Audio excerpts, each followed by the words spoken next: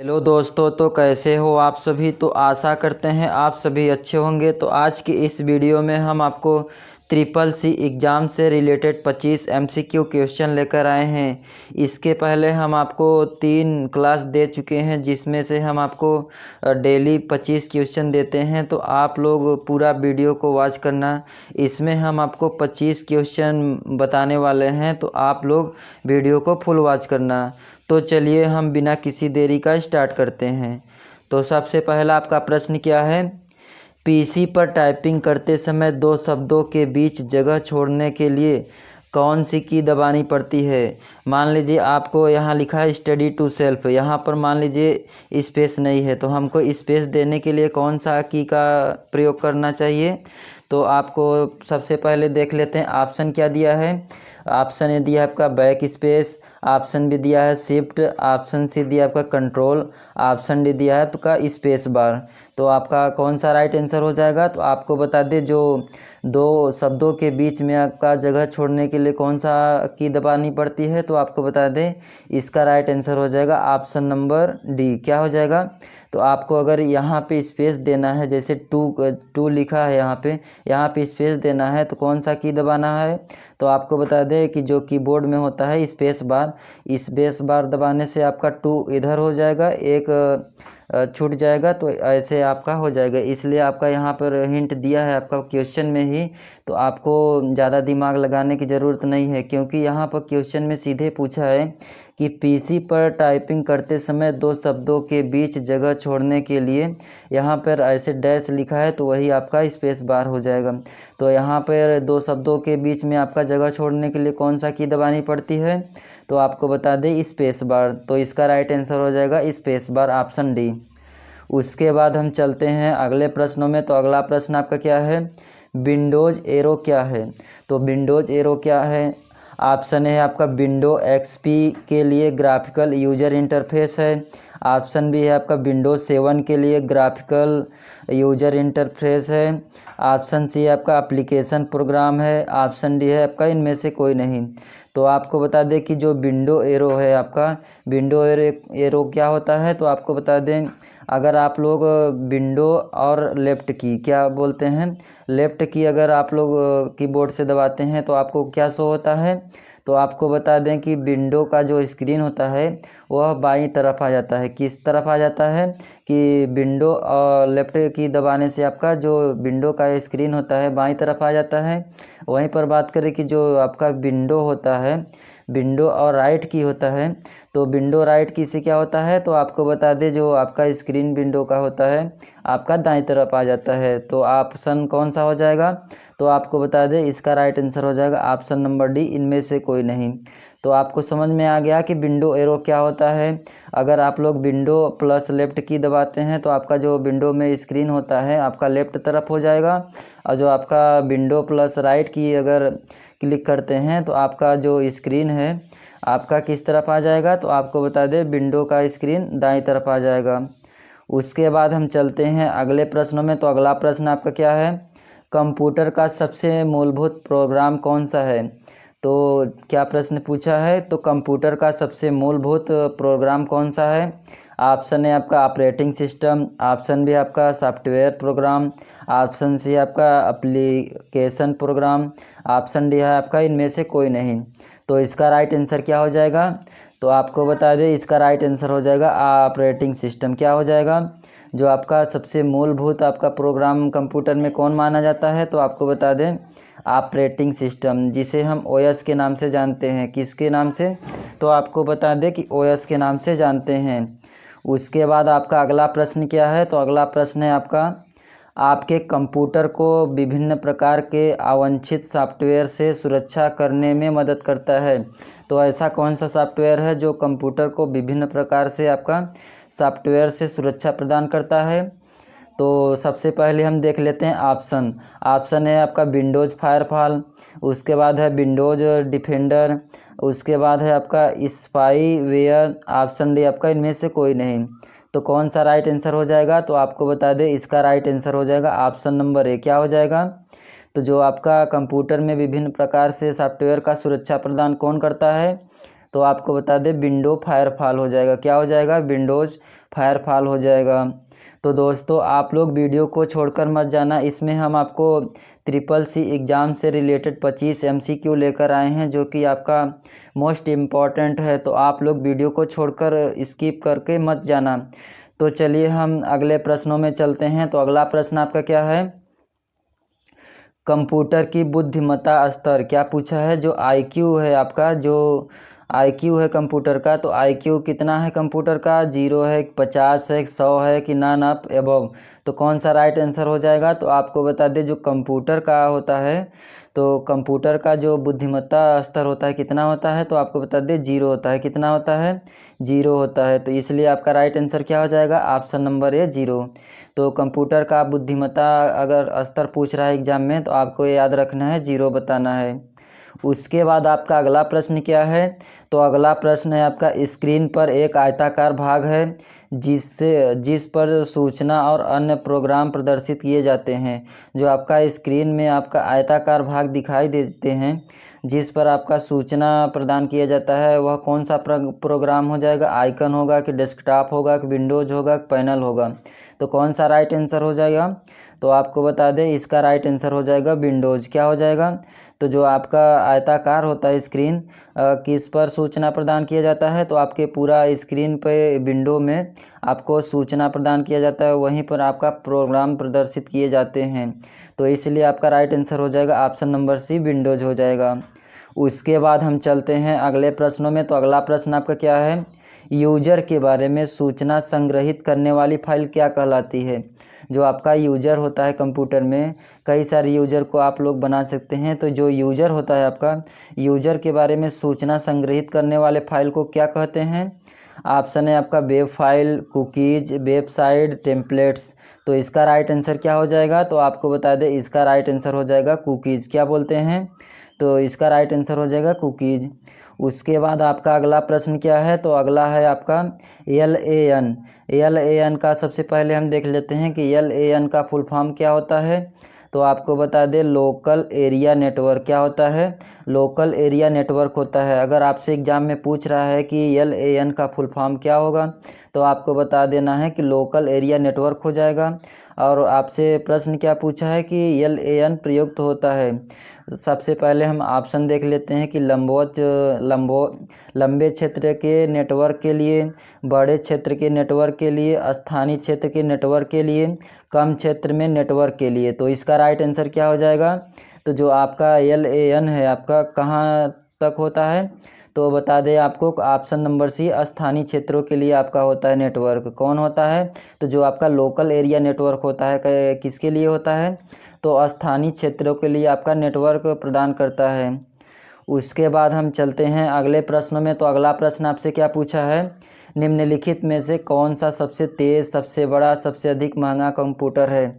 तो ऐसा कौन सा कंप्यूटर है जो सबसे तेज़ भी चलता है, सबसे बड़ा भी है और सबसे महंगा भी कंप्यूटर है? तो कौन सा कंप्यूटर हो जाएगा?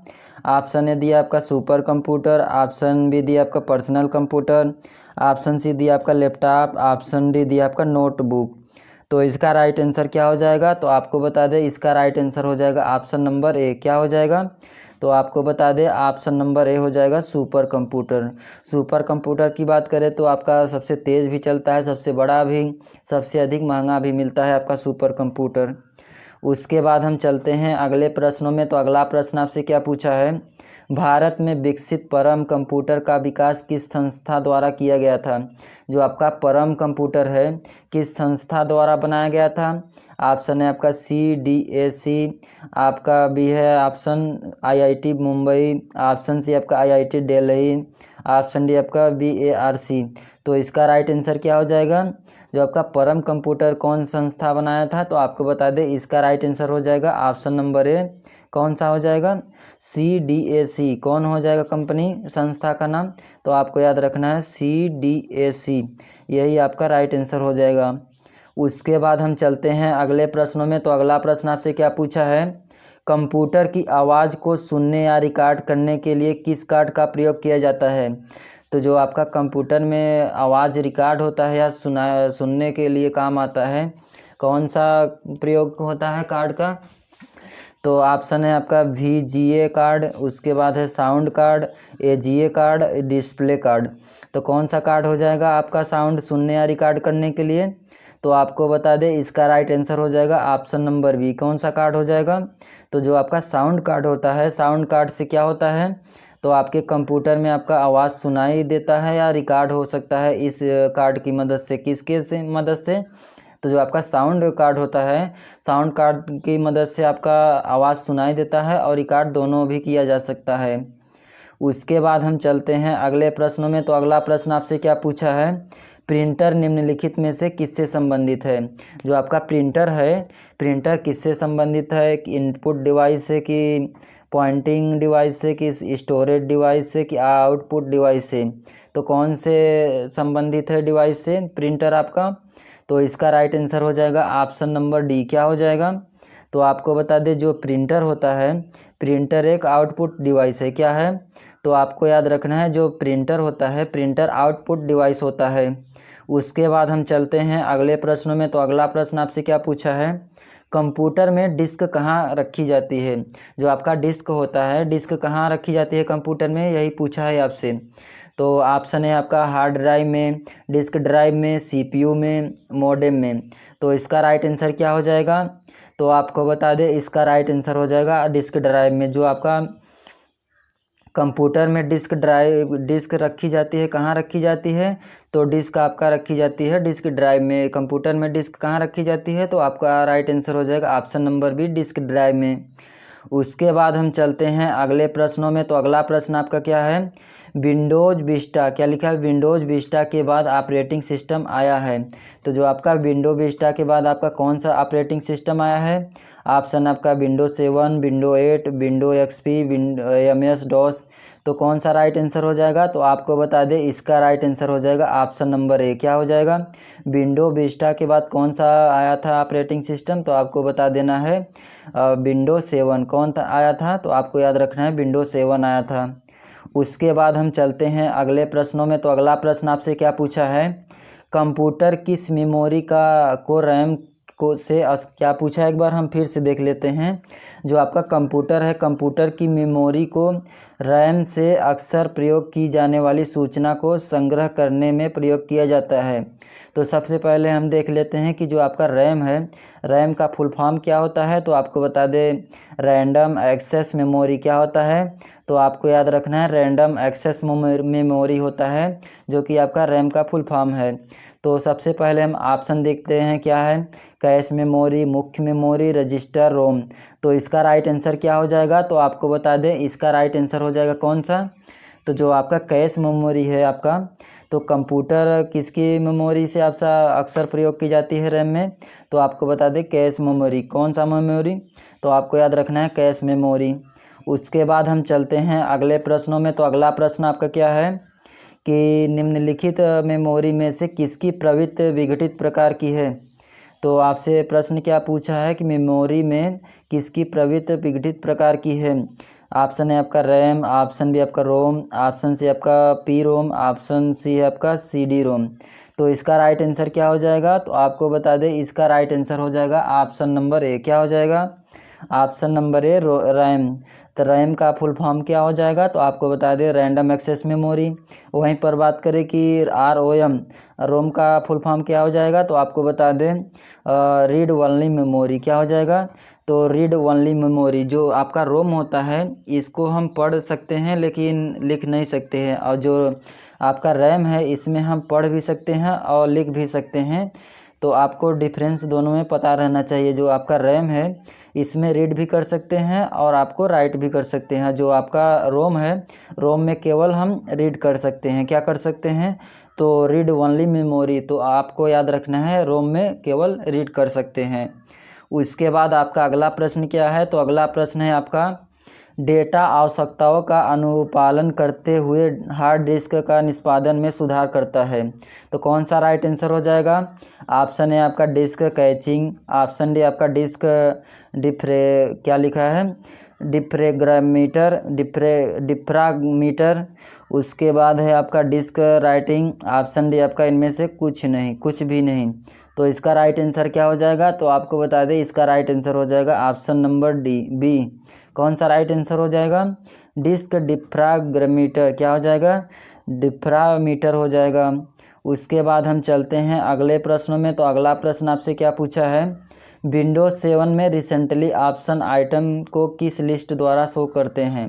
तो जो आपका रिसेंटली ऑप्शन आइटम है किस लिस्ट द्वारा आपका शो होता है विंडोज़ 7 में। ऑप्शन है आपका जंप लिस्ट से, फाइल लिस्ट से, बोथ ए एंड बी, उपयुक्त में से कोई नहीं। तो इसका राइट आंसर क्या हो जाएगा, तो आपको बता दें इसका राइट आंसर हो जाएगा ऑप्शन नंबर ए। क्या हो जाएगा, अगर आपको विंडोज़ 7 में रिसेंटली ओपन आइटम को लिस्ट को शो करना है तो क्या करना पड़ता है, तो आपको बता दें लिस्ट जंप लिस्ट का प्रयोग करते हैं। उसके बाद आपका अगला प्रश्न क्या है, तो अगला प्रश्न है आपका कंप्यूटर का दिमाग किसे कहा जाता है। तो क्या प्रश्न दिया है एक बार हम फिर से देख लेते हैं। तो मोस्ट इम्पॉर्टेंट क्वेश्चन है आपका, जो आपका कंप्यूटर का दिमाग किसे कहा जाता है। ऑप्शन है आपका सीडी को, सीपीयू को, उसके बाद फ्लॉपी डिस्क को, उसके बाद मॉनिटर को। तो कौन सा राइट आंसर हो जाएगा, कंप्यूटर का दिमाग किसे कहा जाता है, तो आपको बता दें सीपीयू को। किसको बोला जाता है कंप्यूटर का दिमाग, तो आपको याद रखना है सीपीयू को आपका कंप्यूटर का दिमाग कहा जाता है। उसके बाद आपका अगला प्रश्न क्या है, तो अगला प्रश्न है आपका बैकग्राउंड सॉफ्टवेयर। क्या लिखा है, बैकग्राउंड सॉफ्टवेयर है जिसकी मदद से कंप्यूटर अपने आंतरिक संसाधनों को व्यवस्थित करता है। तो कौन सा आपका हो जाएगा सॉफ्टवेयर प्रोग्राम। ऑप्शन है आपका system software, system utility programme, application software, special आपका सॉफ्टवेयर। तो कौन सा राइट आंसर हो जाएगा, तो आपको बता दें इसका राइट आंसर हो जाएगा option number A system software. क्या हो जाएगा, जो आपका बैकग्राउंड सॉफ्टवेयर होता है जिसकी मदद से आप क्या कर सकते हैं, तो जो आपका सिस्टम सॉफ्टवेयर है यही आपका राइट आंसर हो जाएगा ऑप्शन नंबर ए। उसके बाद हम चलते हैं अगले प्रश्नों में। तो अगला प्रश्न आपका क्या है, कंप्यूटर की भाषा जीरो से आपका एक संख्या की मदद से लिखी जाती है उसको क्या बोलते हैं। जो आपका कंप्यूटर में भाषा लिखी जाती है जीरो से लेकर एक तक संख्याओं की मदद से लिखी जाती है उसे क्या बोलते हैं, मशीनी लैंग्वेज बोलते हैं कि हाई लेवल लैंग्वेज बोलते हैं कि असेंबली लैंग्वेज बोलते हैं कि उपयुक्त में से कोई नहीं। तो इसका राइट आंसर क्या हो जाएगा, तो आपको बता दें इसका राइट आंसर हो जाएगा ऑप्शन नंबर ए। जो आपका जीरो और एक संख्याओं की मदद से लिखी जाती है आपका कंप्यूटर में, किसके माध्यम से लिखी जाती है, तो आपको बता दें कंप्यूटर लैंग्वेज, वो मशीनी लैंग्वेज क्या हो जाएगा, तो इसका राइट आंसर हो जाएगा मशीनी लैंग्वेज। उसके बाद हम चलते हैं अगले प्रश्नों में। तो अगला प्रश्न आपसे क्या पूछा है, ये बटन टाइटल बार पर उपलब्ध होते हैं सिवाय किसके टाइटल बार उपलब्ध होते हैं। तो आपका कौन सा राइट आंसर हो जाएगा, minimise, start button, maximise, close. तो जो आपका टाइटल बार में होता है आपका, तो कौन सा बटन होता है, तो आपको बता दें इसका राइट आंसर क्या हो जाएगा, तो इसका राइट आंसर हो जाएगा ऑप्शन नंबर बी। क्या हो जाएगा, option number B start button.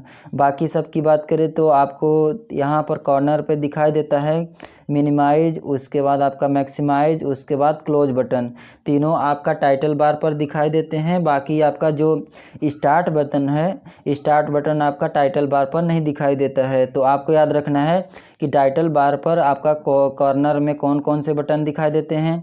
तो एक तो हो गया आपका कि मिनिमाइज बटन, उसके बाद आपका हो गया मैक्सिमाइज, उसके बाद हो गया क्लोज बटन। तो तीनों आपका बटन हो गए जो कि आपका टाइटल बार में उपलब्ध होते हैं।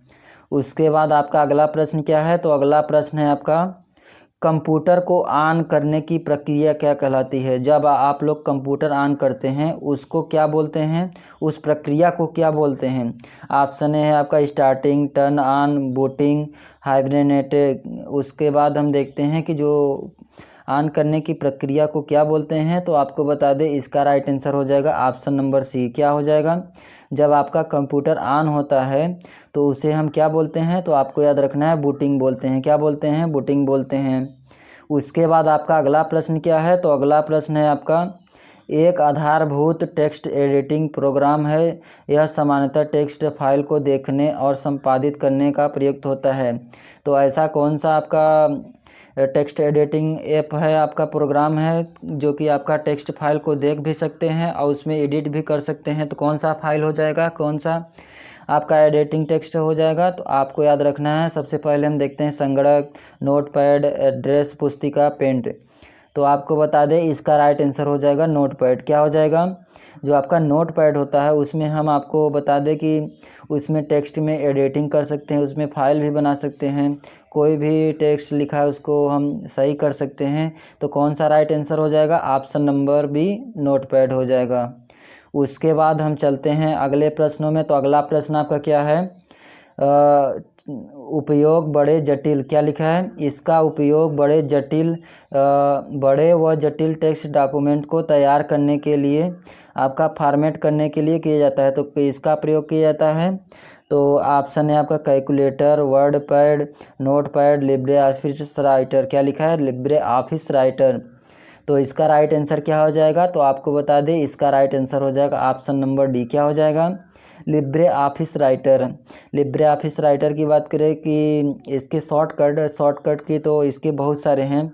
तो आपको बता दें कि अगर आपको शॉर्टकट की पता नहीं है तो आपको हम बता दें कि हमारे चैनल पर वीडियो अपलोड है, वहाँ से आप लोग शॉर्टकट की देख सकते हैं। क्योंकि जितने भी लिब्रे ऑफिस राइटर के शॉर्टकट की थे हम सभी शॉर्टकट की के बारे में बताए हैं डिटेल में। तो आप लोग एक बार ज़रूर देख लेना जाके चैनल से। तो चलिए हम अगले प्रश्नों में चलते हैं। तो अगला प्रश्न आपका क्या हो जाता है, विंडोज़ 7 के उपयोग को जानने और कठिन सूचना को प्राप्त करने में मदद तथा अन्य कार्यों के लिए क्लिक करते हैं। तो जो आपका विंडोज़ 7 होता है उसका प्रयोग करके आपका कठिन सूचना उसका मदद से कार्य करते हैं। किसकी मदद से, ऑप्शन है आपका recycle bin, network, control panel, recovery. तो कौन सा ऑप्शन हो जाएगा, तो आपको बता दें इसका राइट आंसर हो जाएगा ऑप्शन नंबर सी। क्या हो जाएगा, जो आपका कंट्रोल पैनल होता है आपका कहाँ पर होता है, तो आपको बता दें यहाँ नीचे दिखाई देता है कंट्रोल पैनल। इसकी मदद से आपको कठिन सूचना प्राप्त करने में मदद, अन्य कार्यों के लिए क्लिक करते हैं, जो कि आपका कंट्रोल पैनल नीचे दिखाई देता है। तो दोस्तों आज की इस वीडियो में हम आपको टोटल 25 क्वेश्चन लेकर आए थे, जो कि आपका CCC के एग्ज़ाम से रिलेटेड और ओ लेवल एग्ज़ाम से रिलेटेड भी था। तो आप लोगों को वीडियो अच्छा लगा होगा, आपको जानकारी कुछ प्राप्त हुई होगी। तो आप लोग वीडियो को ज़्यादा से ज़्यादा लाइक करना और अपने दोस्तों में ज़रूर शेयर करना। तो चलिए वीडियो अच्छा लगा होगा तो आप लोग वीडियो को शेयर ज़रूर कर देना। तो चलिए हम अगले वीडियो में मिलते हैं, धन्यवाद।